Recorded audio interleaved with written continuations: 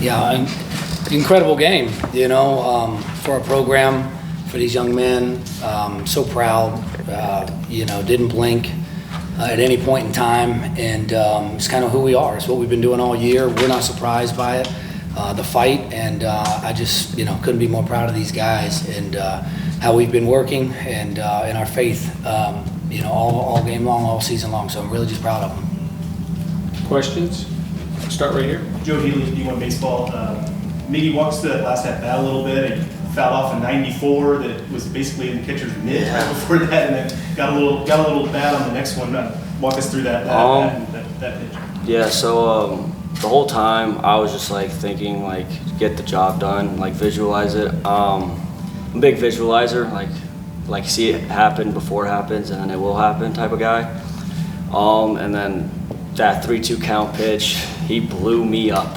That was one of the fastest balls I've seen in a while, and somehow I made contact with it, and then in my head the whole time I was like, there's no way he doesn't throw me another heater, and I just got my head out, and thank God that it landed somewhere. And Adam, on third base there, ball comes off the bat. How good of a read did you get? I think I saw Mickey over there trying to kind of basically pull you back to the bag.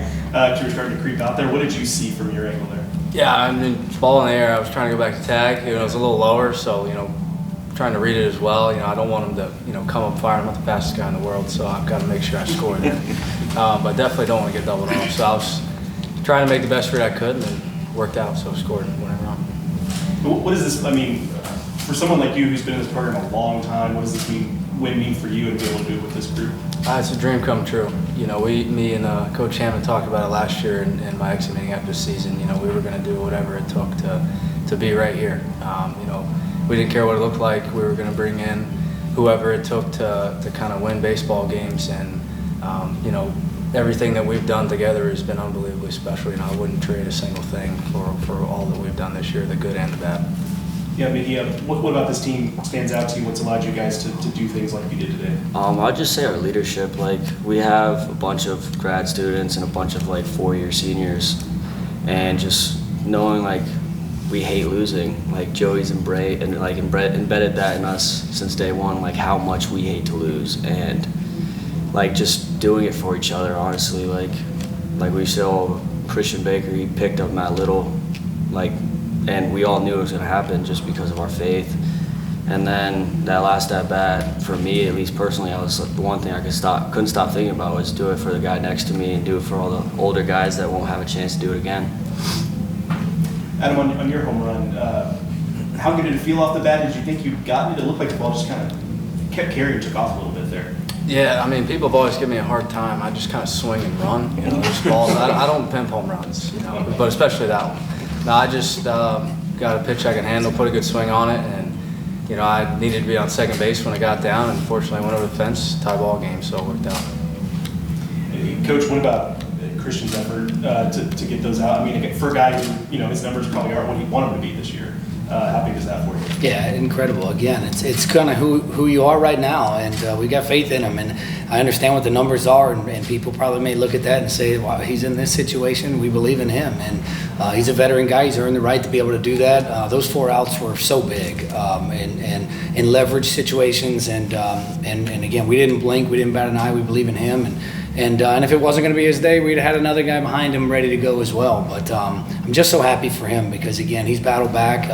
Missed all year last year with Tommy John surgery, and for him to come back and he's kind of coming to form right now. We suspected by the end of the year is when he'd probably be rounding out and being the best version. And he battled through the first part of the year, but man, he deserves every positive word he gets from today's effort for sure. Safe to say a little before that you were looking to maybe squeeze a little more out of Little there. It felt like maybe you were just on the fence about exactly when to make a move there. Yeah, Jerry, pitching coach, had asked, after one of the innings, hey, we got, we can get it, Baker gone, moving on. I'm like, it's Little till his arm falls off. But then again, things kind of got sideways a little bit. Again, no really fault of his. Look, it's Vanderbilt, man. They're a good team. Right, and we knew we weren't going to make it easy in any way, shape, or form, and they took advantage of a couple mistakes, and we could have helped them out a little bit defensively, a play here or there, but again, it's really a credit to them more so than it was a detriment of Matt. We believe in him, and he's gotten us here, to be honest with you. And so he's earned the right to take the ball out there too. But when we felt like that situation, required, right-handed spin right there, Baker was the guy, and he makes Jerry and I look better when he goes in there and does that. It's just one win. You guys got a game tomorrow. I don't want to get carried away with this, but same question I asked Adam. What does this win, program's first NCAA tournament win, what does that mean to you? I mean, this team is they're special. I can't really put it into words, to be honest with you. There's a lot of firsts that's happened this year, whether it be SEC win and now second SEC win or longest home, win streak and first time in the tournament, first win in the tournament, most wins in school history, D1. So there's a lot of really cool things that these guys have accomplished. And again, at the end of the day, what it comes back down to are these guys. We talk about it all the time, man. We have really special relationships across the board, not just amongst these young men, but through the staff and these young men, man. We love each other. We talk about love, man. It's important, and they care, and I'm just so happy for all of our guys. But again, it does have a little special meaning to me to the extra, the 5 guys that were here before I got here. And Stu's right. We talked about this, specifically with him, is that he deserves to be a champion because he is. And sometimes we don't always have the accolades to go along with it. And it was my goal and honestly my job. And I told him that I'm taking it serious, and I will be a failure if I don't bring you to a championship in some form or fashion. And he makes me look good by hitting homers and getting a running start. He needs it because not very fast. It's okay. All right, let's go to the front here for a question. Jason Priester, Clemson Insider. I know you don't know who the opponent is tomorrow, but do you yet know who you might run out there to start? No. I don't know. I'll talk with Jerry. I have tremendous faith in Jerry Edwards, our pitching coach. He's going to have a large say in this for sure, as he has all year. But here's what I do know.